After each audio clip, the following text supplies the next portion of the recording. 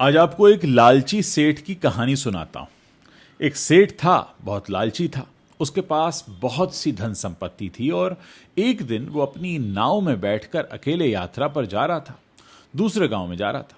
लेकिन बीच नदी में उसने देखा कि उसकी जो नाव है उसमें एक छेद हो गया है।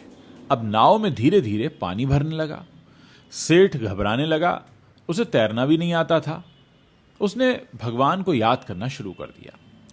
तभी उसे एक मछुआरे की नाव दिखाई दी।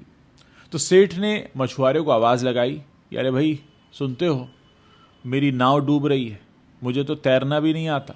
अगर तुम मेरी जान बचाते हो तो मैं तुम्हें अपनी सारी संपत्ति दे दूंगा। डर था मौत का। मछुआरे ने सेठ को अपनी नाव में बैठा लिया। कुछ ही समय में नाव में पूरी तरह से पानी भर गया और सेठ की नाव डूब गई। और उसने अपनी नाव को डूबते हुए देखा, लेकिन उसकी जान बच गई क्योंकि वो मछुआरे की नाव में आ गया था। सेठ ने कुछ देर बाद मछुआरे से कहा कि भाई, अगर मैं तुम्हें अपनी सारी संपत्ति दे दूंगा तो फिर मेरे परिवार का क्या होगा, इसलिए मैं तुम्हें अपनी सारी नहीं, आधी संपत्ति दूंगा। तो मछुआरे ने सेठ से कुछ नहीं कहा और वो अपनी नाव चलाता रहा। कुछ देर बाद सेठ ने मछुआरे से कहा कि भाई, मेरे बच्चों का भी मेरी संपत्ति पर हक है, इसलिए मैं तुम्हें आधी संपत्ति नहीं बल्कि चौथाई संपत्ति दूंगा। मछुआरा इस बार भी चुप रहा। कुछ ही समय बाद नाव किनारे पर पहुंच गई।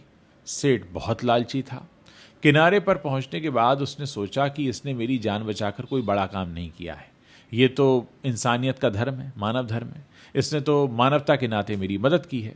तो सेठ ने ऐसा सोचकर मछुआरे को केवल एक ही स्वर्ण मुद्रा दी, एक। मछुआरे ने कहा कि मुझे इसकी भी जरूरत नहीं है सेठ जी, मैंने जो किया वो मेरा धर्म था, आप ये अपने पास रख लो। और सेठ वो स्वर्ण मुद्रा लेकर भी अपने घर चला आया। अब सवाल यह कि इस कहानी से हमें सीख क्या मिलती है।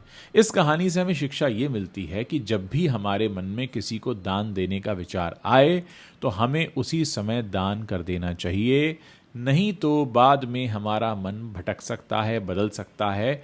और इसीलिए हमें ऐसे नेक काम, जैसे किसी की को कुछ दान में देना या मदद करना, ये टालना नहीं चाहिए।